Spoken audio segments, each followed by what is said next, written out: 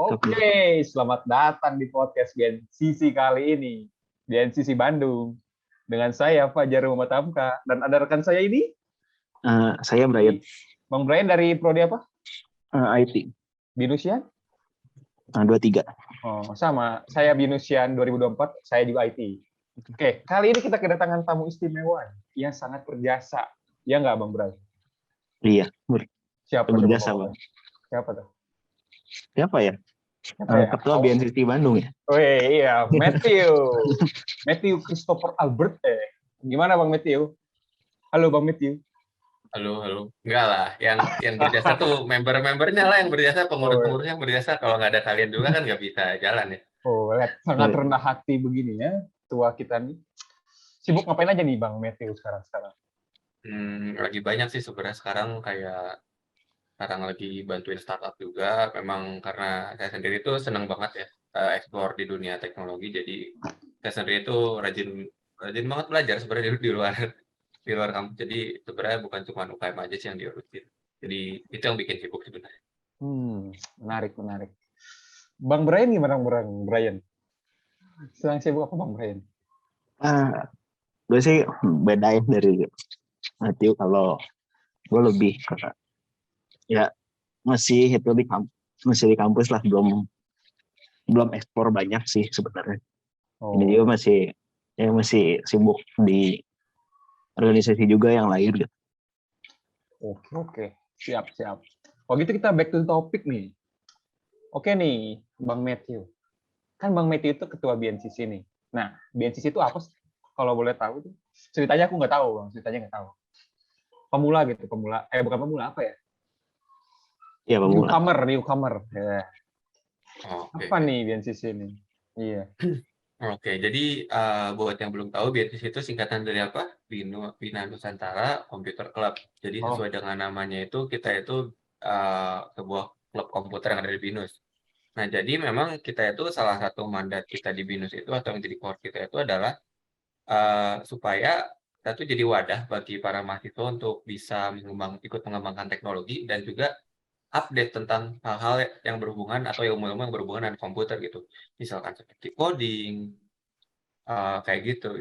Jadi kita memang coding, bukan cuma coding aja sih. Sebenarnya kita tuh sebenarnya ke depan itu akan lebih banyak lagi kayak yang lain sih, kayak belajar apapun yang tentang komputer gitu. Kayak Photoshop dan lain-lain. Tapi itu biasa buat internal trainingnya. Kalau secara umum biasa kelas kita yang kita adakan itu biasa lebih ke arahnya itu yang ke dunia IT sebenarnya. Lanjut. Oke, Bang. Jadi kalau ada orang nih, terus dia tuh pengen belajar coding, di BNCC dibantu nggak tuh, Bang? Dibantu. Nah, tapi kita harus tahu dulu nih sebenarnya bedanya sama Himti apa gitu. Yeah. Jadi kita sama Himti itu sebenarnya bedanya itu kita tuh sama-sama di IT ya. Namanya komputer itu ya information technology itu ya dekat banget lah sama komputer gitu. Hubungannya tuh sangat dekat gitu. Jadi kadang-kadang orang mungkin salah kaprah mengenai apa itu BCC dan Himti itu beda ya. Jadi Himti sendiri itu tuh lebih ke akademik ya. Himpunan itu lebih ke akademik gitu, ke nilai gitu. Sedangkan kalau di BNPB itu yang kita ajarkan itu benar-benar prakteknya gitu. Gimana cara membuat sesuatu. Seperti contohnya kayak misalkan gimana cara bikin website yang fungsional, gimana cara bikin aplikasi dan sebagainya gitu. Jadi walaupun kita sama-sama ngajar coding, himpunan juga mereka seperti itu yang ngajar coding. Nah, kalau kita itu lebih ke ngajar apa yang bisa kalian praktekin langsung gitu buat dunia kerja gitu. Jadi memang beda sih seperti itu. Kira-kira tuh di BNCC itu kelasnya apa aja tuh, Bang, yang bakal dibuka nanti? Nah, kalau untuk kelas tuh kita nanti ke depannya tuh bakal beragam ya. Mungkin tiap tahun juga bisa berubah-ubah ya. Karena lagi apakah emang ada demand dari student, apakah ada memang demand gitu dari mahasiswa, atau ada juga pengajar gitu. Jadi kita perlu ada pengajarnya juga. Kalau ada pengajar baru bisa ada peserta. Dan kalau ada peserta baru bisa adanya kelas gitu. Jadi kita nggak bisa terlepas dari pentingnya memiliki calon pengajar dan calon peserta ini gitu. Kalau memang ada minatnya ya percuma juga gitu. Nah, tapi untuk sekarang untuk di tahun 2021 ini, untuk saat ini sih yang pasti ada di kita, yang pasti kita buka itu adalah Java, lalu web programming, kita pakai Laravel, lalu juga game programming pakai Unity. Jadi untuk saat ini, untuk di BNCC Bandung sendiri, ini Bandung ya, jadi kita bukan ngomongin BNCC keseluruhan, tapi ini yang hanya region Bandung kita itu buka 3 kelas itu. Dan untuk beberapa kelas itu ada, bisa juga misalkan kita udah buka nih, tapi kalau memang kurang peminatnya, kita juga bisa kasarnya bisa jadi nggak ada gitu. Tapi balik lagi ya, semoga ada muridnya gitu, karena kita udah bener-bener nyiapin sih, kayak kita tuh kalau bikin kelas tuh udah ada kurikulumnya. Jadi mulai tahun ini tuh di Bandung akhirnya benar-benar ada kurikulum resminya, jadi kita bisa menjalankan kelas selama 1 tahun itu benar-benar full, ada arahnya gitu. Jadi kita nggak bakal nyari-nyari gimana, tapi kita memang udah tahu apa yang kita mau ajarin gitu. Jadi diharapkan sih peserta juga bisa mengikuti dengan baik dan banyak juga yang tertarik, seperti itu. Oke, tadi dengar tuh ada G apa tadi? G apa? G programming ya? G programming itu gaming kan, Bang ya? Bukan. Oh, bukan gaming. Oh, apa tuh? Apa tuh? Gaming. Jadi apa tuh? Itu tuh tadi udah yang seperti saya sebelumnya bilang, itu tuh game programming, untuk membuat game gitu. Oh, game ya, Bang ya, bukan gaming ya. Bukan gaming. Kalau di webmaster tuh kayak gimana sih isi-isinya? Ngapain belajarnya gitu? Apakah buat web aja gitu, depannya aja? Atau ada belajar database juga? Atau mungkin dalam webnya ada belajar game? Kan nggak ada yang tahu. Gimana? Jadi gini, untuk mulai tahun ini kita nggak ada, dulu mungkin di BNC Bandung pernah dikenal dengan nama Game Making dan Webmaster. Oh. Cuman untuk mulai angkatan baru ini, pembukaan freshman baru, kita itu bakal lebih ke kita kelas LNT itu nggak dipisah-pisah lagi kayak Game Making, Webmaster gitu. Jadi kita jadi flat line, flat aja gitu, satu kelas. Bukan satu kelas, under the name LNT gitu. Jadi nggak ada lagi Webmaster, nggak ada game making, tapi udah benar-benar spesifik ke judulnya langsung, kayak game making kan bukan cuman programming aja gitu, tapi ada artis dan yang lain-lain. Cuman untuk sekarang yang baru dibikin kurikulum itu adalah game programming. Lalu kalau Webmaster sendiri itu sekarang namanya jadi back-end programming. Nah, kenapa ditulisnya back-end padahal kita juga belajar depan front end-nya juga. Jadi itu tuh dikarenakan ya memang benar, kita di satu sisi kita belajar belakang, tapi sebagai orang yang belajar belakangan juga harus setidaknya bisa yang depan sedikit gitu. Jadi nantinya ke depannya itu bakal belajar back-end, server ya, terus juga bikin web front end-nya tapi nggak dalam, lalu juga bakal bikin belajar bikin database juga, seperti itu. Oh.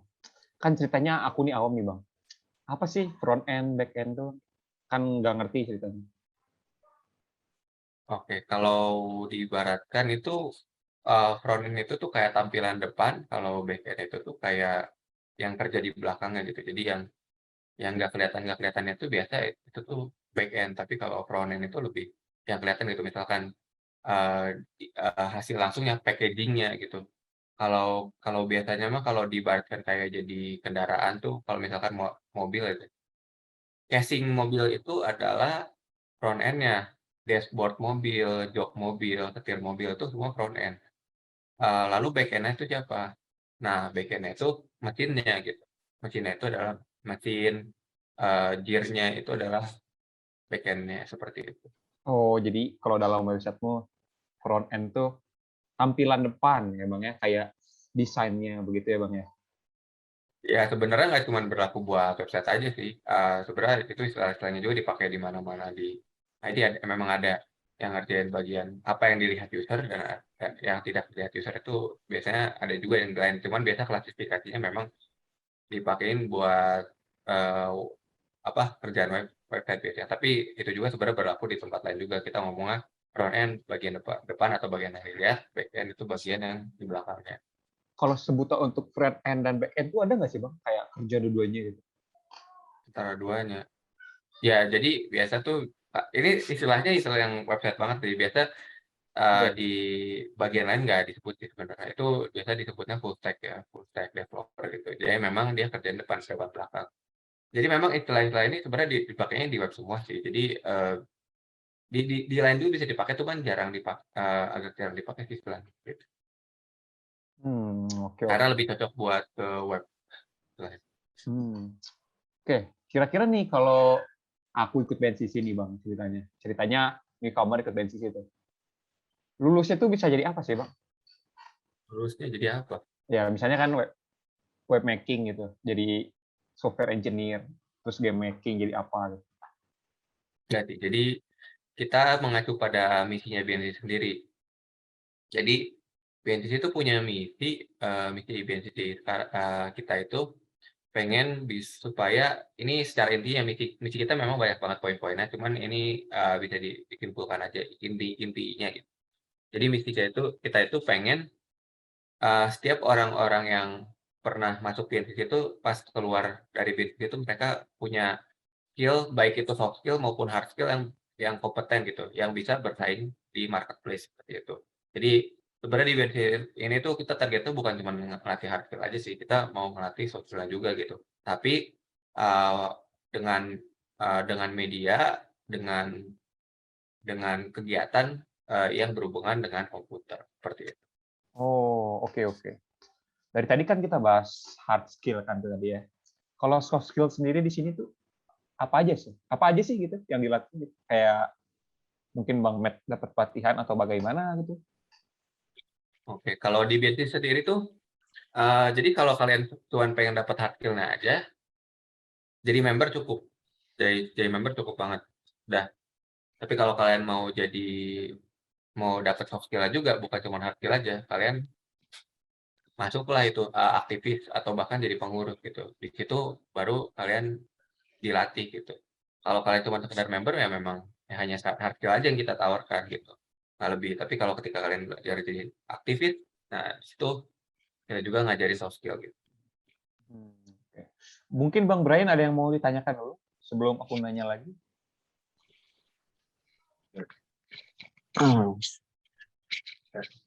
Mungkin kalau misalnya dari kayak soft skill itu kan untuk jadi aktivis ya dan pengurus juga gitu. Mungkin apa nih yang Matthew dapatin dari waktu ya jadi ketua atau yang sebelumnya kan pengurus juga gitu. Oh ya, intinya apa yang kerasa nih Bang Matt pas Bang Matt join BNCC itu apa gitu? Selain hard skill-nya ya, dari soft skill gitu. Apakah ada perubahan misalnya kayak dulu orangnya tuh introvert terus sekarang jadi barbar misalnya, gimana tuh? Oke, ini kita ngomongnya ini ya dalam maksud kalau kalian jalan kepengurusan BNCC, apa sih yang gue dapetin gitu. Jadi kalau kita ngomong tadi apakah introvert enggak, sebenarnya introvert nggak ada ngaruhnya sih sama sekali sama orang yang barbar atau enggak, itu nggak ada ini ya, nggak ada kaitan sebenarnya. Karena extrovert itu lebih ke ngomongin gimana seseorang itu bisa recharge dirinya sendiri gitu. Orang introvert recharge-nya itu dengan cara sendiri. Sedangkan orang extrovert cara dia memulihkan mental dan memulihkan diri sendiri itu dengan cara bergaul sama orang lain. Memang bedanya di situ introvert extrovert. Cuman memang dari situ kita dapat sebuah stigma di masyarakat bahwa introvert itu pendiam, padahal bukan. Padahal orang-orang introvert itu biasa diam tuh karena memang dia tuh kasarnya pengen istirahat dia tuh sendiri gitu. Jadi tahulah kita kan suka istirahat itu sangat sangat nyaman ya namanya istirahat ya. Oleh karena Yeah. itu kenapa introvert lebih pendiam itu sebenarnya cuma itu tuh karena mereka tuh istirahatnya itu kalau mereka sendiri. Gitu. Nah kalau untuk pengurus sendiri di pengurus bisnis itu sebenarnya ini sih sebenarnya karena tekad gue sendiri sih kalau di bisnis itu, karena dulu waktu SMA tuh gue nggak ada pengalaman apapun ya di organisasi, nggak ada. SMA nggak pernah OSIS, SMP nggak pernah OSIS, tapi sejak kuliah gue nyadar bahwa gue tuh butuh banget pengalaman organisasi gitu. Gue tahu karena pengalaman organisasi ini benar-benar bisa ngebantu kita di kerjaan gitu. Jadi oleh karena itu sebenarnya gue udah tahu BNPT dari sebelum masuk sih. Jadi sebenarnya gue punya dulu tuh punya temen waktu gue masih SMA kelas 3 itu gue punya temen udah cutting di BINUS, dan dia tuh eh, dulu ketua BNPT yang dulu. Nah, jadi dari situ gue sebenarnya dari sebelum masuk kuliah aja itu gue memang udah ngomong sama dia. Oke, kalau gitu gue waktu itu agak ya ada tekadnya adalah dulu tuh setengah joking, setengah juga serius gitu. Udah kalau gitu ntar nanti gue yang lanjutin bensi ya. Ngomong ke dia gitu. Karena enggak sih, kalau gue sendiri sih di BNI karena gue dari awal bahkan sebelum masuk kuliah memang udah bertekad buat ini sih ngembangin BNPC seperti itu. Jadi kalau mau ngomong apa yang gue dapetin sebenarnya banyak banget sih. Jujur aja di tahun pertama gue banyak ngelakuin kesalahan, banyak banget, sering banget itu gue. Jadi tapi dari situ gue belajar banyak banget sih, sampai jadi ketua juga tetap belajarnya banyak gitu. Karena ya dengan latar belakang yang masih kurang organisasi ini, di sini tuh gue bener-bener dapet banyak pengalaman sih, kayak gimana cara mimpin, cara ngelit organisasi, dibandingkan dulu SMA bener-bener gue tuh nggak pernah ngapa-ngapain, kerjanya main game di pojokan gitu, pojok kelas sama teman-teman gitu, nggak ngapa-ngapain gitu. Nah sekarang ya belajar gitu buat bikin organisasi segala macam, dan bahkan itu sampai kalau gua interview diri gua yang dulu waktu mau masuk BNPT awal-awal kan gue pernah diinterview dong pastinya pas masuk pengurus. Bahkan kalau misalkan gua interview diri gua yang dulu 1 tahun yang lalu sebelum gua jadi pengurus atau masih awal jadi pengurus, gua bahkan kasarnya mau tepuk jidat. Aduh, kenapa dulu tuh gua kayak gini gitu. Jadi bedanya tuh itu dalam waktu nyaris ya satu tahunan itu tuh sejauh itu sih yang gua perubah. Itu di gua sih, tapi nggak tahu di yang lain mungkin berbeda jumlahnya. Tapi kalau buat saya pribadi sih ini signifikan itu gitu. Bahkan kalau gua interview diri sendiri ya tadi itu beda, gua aja bisa nolak diri sendiri kayaknya kalau gua interview diri sendiri waktu ya diri sendiri yang waktu dulu yang maksudnya gitu. Jadi secara memang kalau nah terus di BNPT Bandung tuh jadinya kayak gimana sih sekarang kalau misalkan kalian jadi pengurus? Karena jujur aja gue tuh target kepengurusan kepengurusan gue saat ini itu lebih ke pengen ngembangin kemampuan dari setiap stafnya dibandingkan kegiatan UKM.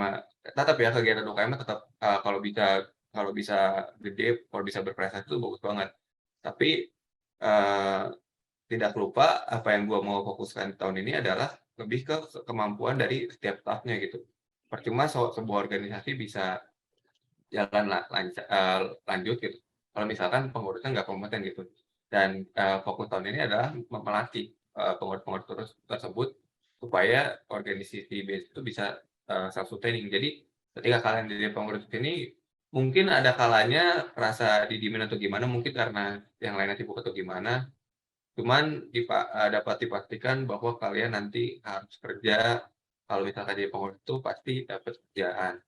Karena target dari gue sendiri itu pengen BSD itu bisa mandiri gitu, setiap tahapnya, setiap aktivitasnya itu memang punya skill gitu. Jadi kalau misalkan ada yang takut belum punya atau apa, itu asalnya bisa minta bantuan ke senior, atau misalkan waktu itu bisa minta bantuan ke pengurus sebelumnya, atau misalkan ke pengurus yang sekarang untuk dibimbing itu bisa gitu. Jadi fokus target gue adalah supaya gue bisa bimbing orang-orang di bawah gue supaya biar bisa maju juga seperti itu. Jadi targetnya memang itu sih. Jadi di kepengurusan ini jujur aja target itu tuh baru ada di benak gue tuh. Itu tuh pas baru gue ngejabat. Jadi dulu gue kepikirannya tuh pengennya fokusnya ngajar coding. Ya tahu sendiri lah, tadi gue itu orangnya itu benar-benar teknis banget. Terus tergila-gila banget sama yang namanya teknologi ya. Teknologi update dan lain-lain selalu diliatin gitu tanya. Dulu gue jujur aja orientasinya itu cuman kepada yang penting orang jago gitu. Orang jadi jago masuk BSI, padahal enggak gitu. Kita perlu dulu melatih dari setiap individunya dulu daripada semuanya yang jago gitu. Jago coding nggak percuma kalau individunya sendiri nggak baik gitu secara soft skill gitu. Jadi itu sih gue baru sadarin itu pas ya jabat jadi ketua. Gue pikir semuanya itu butuh jago gitu. Tapi enggak sih, enggak cuma jago doang gitu. Soft skill juga, attitude itu penting banget sih. Oke. Kalau join nih jadi kepengurusan, kira-kira sibuk nggak tuh Bang? Sibuknya ini relatif ya. Kadang-kadang tuh ada masanya, misalkan kalau proker atau kegiatan lagi banyak banget nih di UKM, itu biasa agak sibuk sih. Ini mungkin beda dari orang ke orang, mungkin beda ya, karena balik lagi kita apalagi lagi pandemi gini, situasi tuh di rumah bisa beda-beda semua ya. Misalkan ada yang situasi keluarga juga berbeda, ekonomi juga berbeda, mungkin tiap orang bisa beda-beda.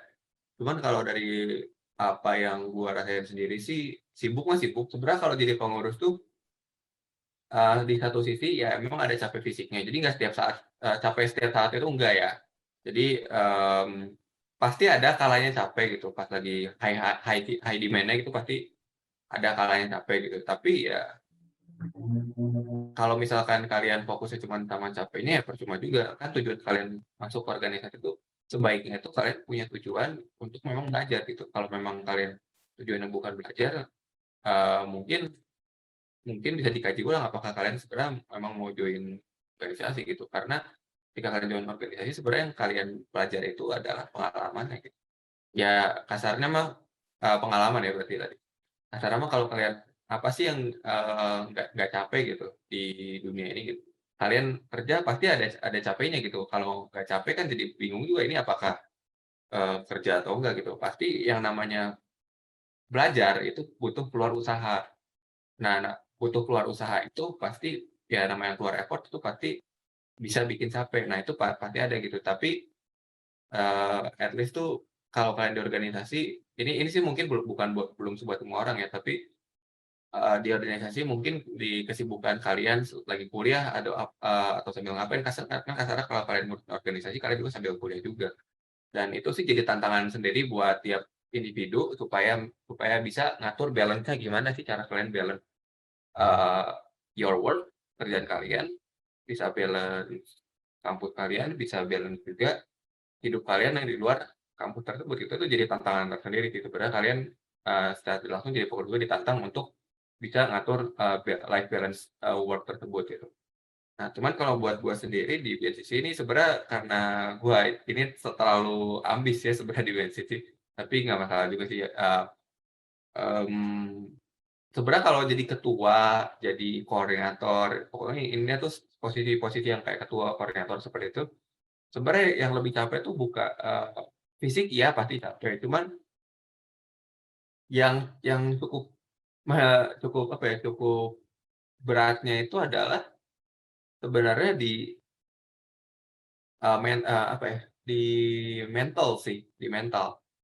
Karena ya kasarnya kalian jadi ketua, kasarnya tuh yang kalian pimpin tuh itu tuh kadang-kadang gimana kalian mimpinnya gitu. Kalau kalian mimpinnya kurang baik, kadang-kadang ya itu satu program bisa hancur gitu karena kalian mimpinnya kurang baik itu. Itu jadi memang tantangan tersendiri sih. Jadi lebih ke tantangannya tuh lebih ke mental ketika jadi ketua. Tapi kalau masih jadi staff itu memang lebih ke kerjaan. Tapi kalau udah jadi naik terus jadi koordinator, jadi ketua itu biasanya lebih ke mental sih. Karena ya kasarnya semakin tinggi kalian, semakin tanggung jawab kalian semakin gede gitu. Gitu intinya. Sebenarnya kalau jadi pengurus ya kalian belajar gimana caranya kalian bertanggung jawab sama hidup kalian juga, bukan cuman kampus aja gitu. Jadi mungkin itu sih paling kalau misalkan kalian yang join ya. Tapi kalau kalau gue sendiri karena gue itu sama ya, satu balik lagi gue suka banget terlalu sering suka ngoding. Itu jadinya gue sibuk bukan cuman gara-gara UKM ya tadi. Gue sibuknya gara-gara gue sendiri masih explore di dunia IT. Itu gue explore segala macam. Jadi sibuknya sih di mana-mana sebenarnya. Jujur aja jadi ketua juga. gue masih bisa ikutan course kok kan, sekarang banyak banget ya course online. Gue jadi ketua juga di mana-mana, masih ngajar juga kan waktu dulu. Itu masih ikutan course online sering tuh. Ikutan course online, kemarin juga sempat ikutan lomba sekali juga, iya gitu. Jadi sebenarnya balik lagi gimana kalian cara ngatur gitu. Kalau kalian memang bisa ngaturnya, ya bisa gitu, possible. Nggak, jadi kata-kata sibuk ini relatif ya. Gimana kata-kata sibuk ini relatif terhadap gimana kalian manage-nya. Kalau kalian manage-nya bagus, ya kalian sibuk tapi masih luang. Beda sama yang orang yang terlalu sibuk, jadi mereka nggak bisa ngapa-ngapain, beda ya. Jadi kalau kata sibuk ini masih relatif, tiap orang bisa beda ya. Jadi bisa dikatakan ya sibuk ini bakal jadi tantangan buat kalian aja gitu. Apakah kalian yang memang jadi pengurus itu bisa ngatur atau enggak? Gitu. Oke, oke. Dari Bang Matthew sendiri ada nggak kayak tips manajemen waktunya gitu? Kayak kan sibuk lah ya bisa dibilang sebenarnya tuh. Gimana tuh manajemen waktunya? Sebenarnya masalah tips manajemen waktu gue sendiri masih PR banget sih. Manajemen waktu itu masih PR banget lah. Kalau tips manajemen waktu, gue kurang bisa ngasih ngasih saran. Tapi kalau yang gue bisa kasih saran paling ini, gimana cara ngatur kerjaan yang jumlahnya banyak, load-nya banyak kan, Nah, gue masalah ikutan segala macam kan. boleh Jadi gimana? gue sendiri tuh, nah ini juga sebenarnya gue ada satu kelemahan ya, itu gue gampang banget lupa. Nah jadi gimana cara gue ngatasin udah gampang lupa, terus harus manage organisasi juga gitu dengan work sini sana situ yang banyak gitu. Jadi gue sendiri tuh biasa itu memang pakai tool-tool yang bisa ngebantu gue. Contohnya ya nggak sih, sekarang udah nggak pakai kalender sih, tapi tiap minggunya tuh biasa tuh gue udah ada planning untuk 1 sampai 2 minggu ke depan. Gue bikinnya di Excel sih, yang bukan di kalender atau di mana. Karena menurut gue sih, ini kalau gue pribadi ya, itu karena lebih enak aja gitu mapping waktunya gitu kalau di Excel. Kalau buat gue beda ya, tiap orang beda ya. Jadi gue ngelakukan planning buat 2 minggu ke depan, tiap jamnya apa aja yang bakal gue lakuin, tapi nggak detail banget sih. Biasa tuh yang gue masukin tuh cuma kayak meeting-meeting itu aja ke Excel tuh. Terus abis itu kalau untuk masalah apa aja yang harus dikerjain, biasa gue pakai Notion. Biasanya gue bikin sebuah tabel, Kanban table yang namanya week to do. Jadi tiap week tuh tiap harinya ada tulisannya apa aja yang harus gue capai dalam hari tersebut gitu. Jadi dengan begitu kelupaan gue yang sering lupa bisa diatasi dengan cara itu. Walaupun memang terkadang suka ada yang missing, tapi most of the time terselamatkan gara-gara itu juga gitu. Terus juga yaitu Notion, nyusun jadwal gitu. Jadi nyusun jadwal itu kalian kalau mau nyusun jadwal gitu mungkin jangan terlalu strict juga, apalagi buat orang yang belum pernah jarang nyusun jadwal. Kalau kalian pertama kali mau nyoba nyusun jadwal terus itu langsung strict jadwal kalian, itu pasti itu udah gua udah cukup bisa menjamin, tapi nggak tahu juga sih ini beda tiap orang ya. Gua cukup yakin kalian mungkin bakal fail di entah itu berapa hari kemudian atau berapa minggu kemudian. Biasanya gitu yang kejadian. Soalnya beberapa teman gue juga ada yang kayak gitu. Ngisi jadwal nih panjang lebar, nggak ada yang dilakuin sama dia, nggak dipatuhin gitu. Masalah tuh bukan di mana-mana, karena kalau kalian belum pernah nyusun jadwal, kalian pasti shock gitu di awal tuh. Shock sama kegiatan kalian yang tight gitu. Jadi solusinya gimana? Gue juga masih belum bisa patuhin bener-bener kerja.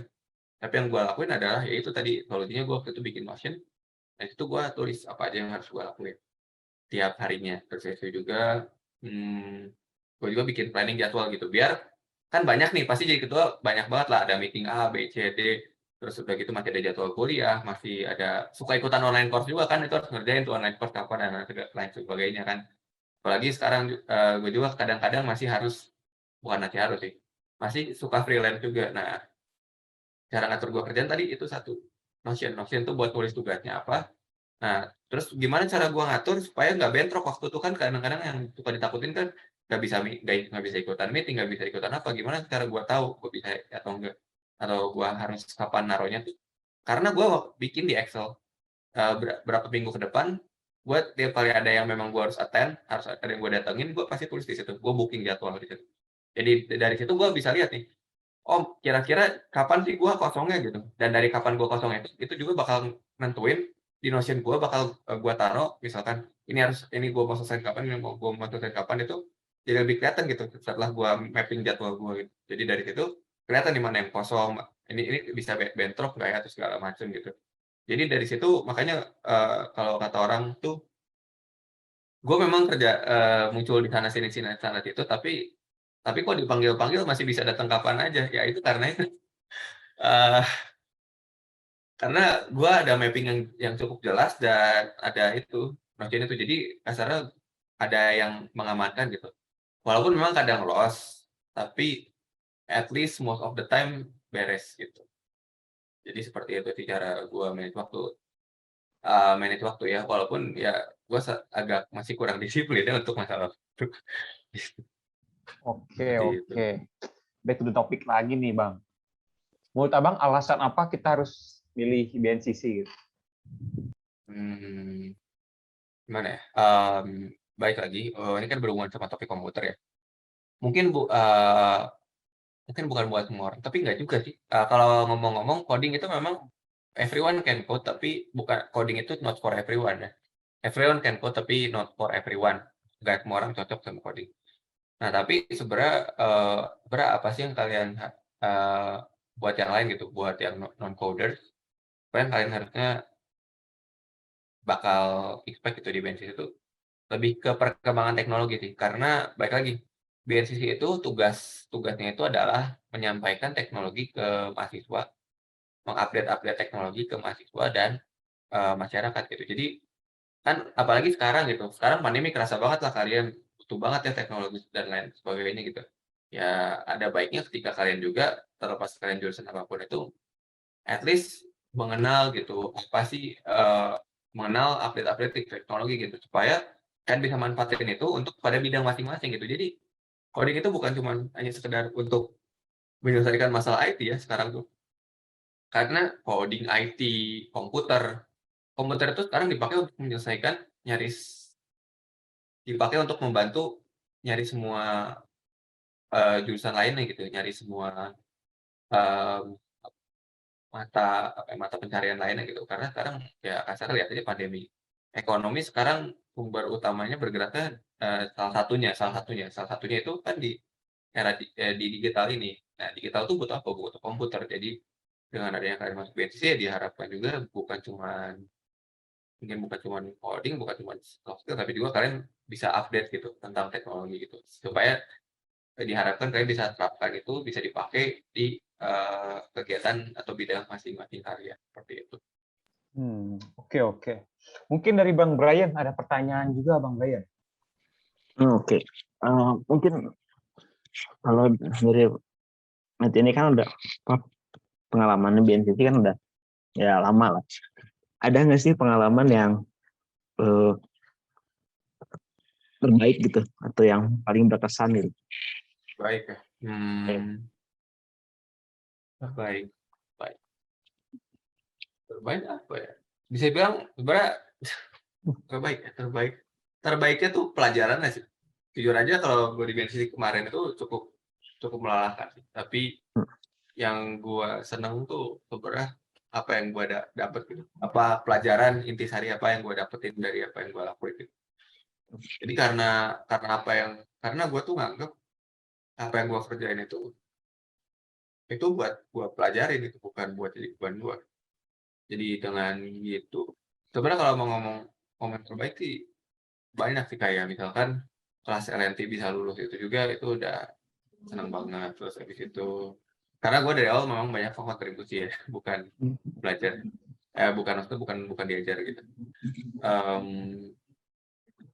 Ya itu satu, terus apalagi banyak kan sih capek sih sebenarnya, cuman tapi dari situ gue jadi dapat banyak yang gue senang sih, gue dapat pelajaran sih, gue dapat pengalaman, gue dapat pelajaran tentang organisasi dan sebagainya, itu yang rame sih buat gue. Ketika lu dapat skill tambah, nggak tahu ini kalau gue seneng banget kalau bisa dapat skill tambahan, bisa dapat knowledge baru, itu buat gue satisfaction-nya gue di situ. Oke. Mungkin ada pengalaman chinlock itu, Bang? Oh, gimana? Gak. Oh, belum ya. Belum. Gue Alright. lagi fokus. Oh, Ini nggak ngurus-ngurusin kayak gitu. mungkin Bang Brian itu ya. Apaan deh ya? Untuk relasi sendiri gimana Bang sama alumni di BNSIS itu? Apakah masih berjalan sampai sekarang? Terus Alumni mungkin sih juga masih dikit. ada relasi yang lagi magang tuh habis BNSIS selesai yang tahun lalu. Sampai sekarang tuh relasinya masih jalan. Kalau untuk relasi masih jalan, udah nggak sih. Karena ya balik lagi gue masih fokus ngurusin yang sekarang ya. Kalau relasi masih ada, cuman memang nggak sering kontak.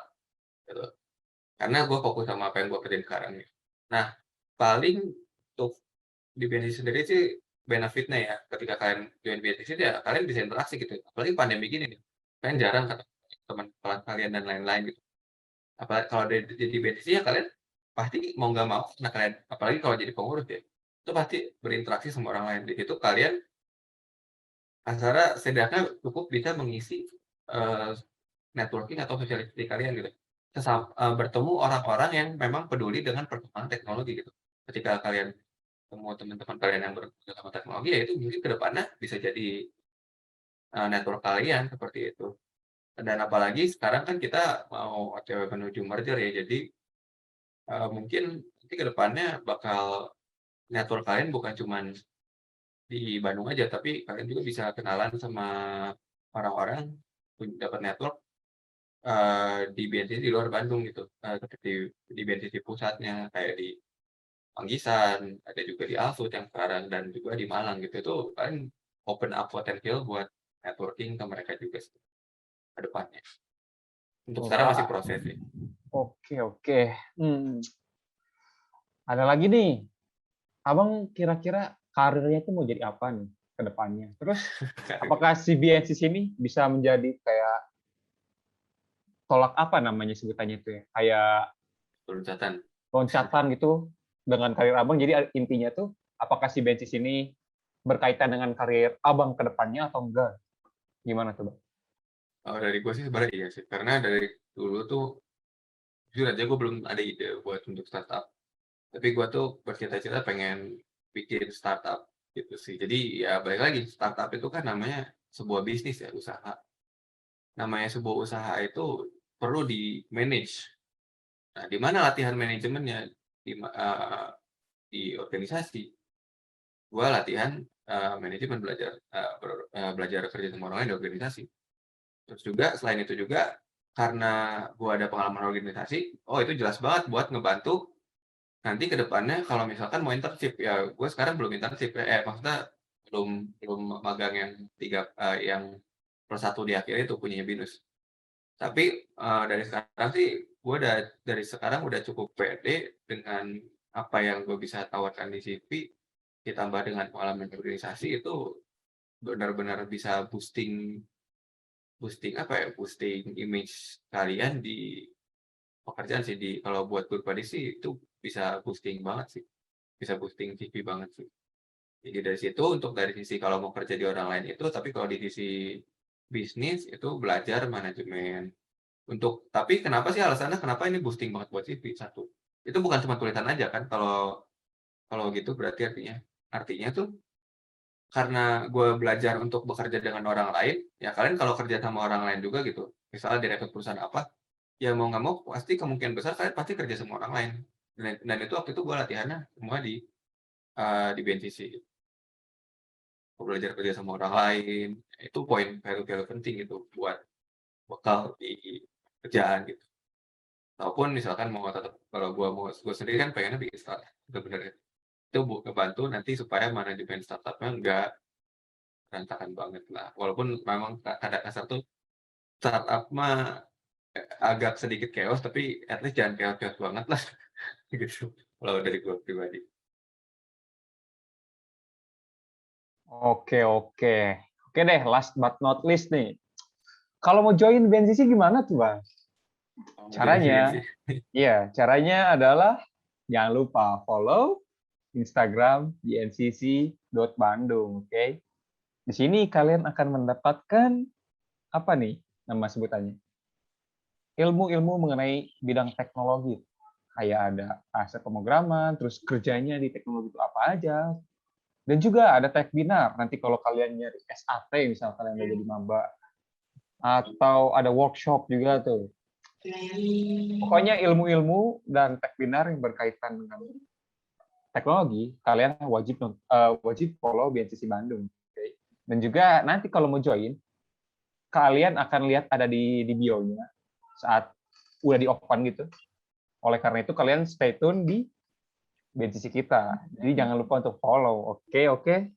Gitu. Bener gak Bang Bray cara joinnya? Benar banget. Benar. Atau mau nanya langsung sekarang juga bisa langsung message aja. Gan, gimana cara kumpul atau cara cara join gitu. Nah, ini bakal di-update juga. Jadi stay tune, oke? Ya, itu sekilas. Mungkin podcastnya cukup sekian ya. Terima kasih Bang Ketua sudah mau di-interview kami. Semoga nanti minggu depan atau 2 minggu lagi ketemu lagi kita bahas yang lain tentang teknologi. Bener gak Bang Bray? Bener banget. Dari aku cukup. Dari Bang Bray gimana?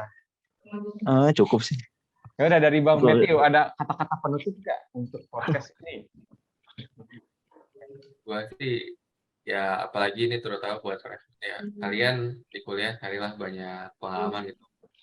Kalau kalian memang benar-benar tertarik sama komputer, juga mau ngalamin skillnya organisasi, kalian joinlah organisasi supaya bisa jadi pengalaman atau knowledge bonus buat kalian gitu masing-masing. Jadi intinya mah terus belajar, selalu belajar terus. Dari manapun bisa, nggak cuma di BNCC aja, tapi mungkin BNCC bisa jadi salah satu pilihan kalian juga, seperti itu. Dari gue sih gitu aja sih. Gitu aja sih. Alright, thank you. Oke, semuanya terima kasih telah menonton podcast ini. Jangan lupa nonton lagi minggu depan and stay tune di YouTube kita. Goodbye.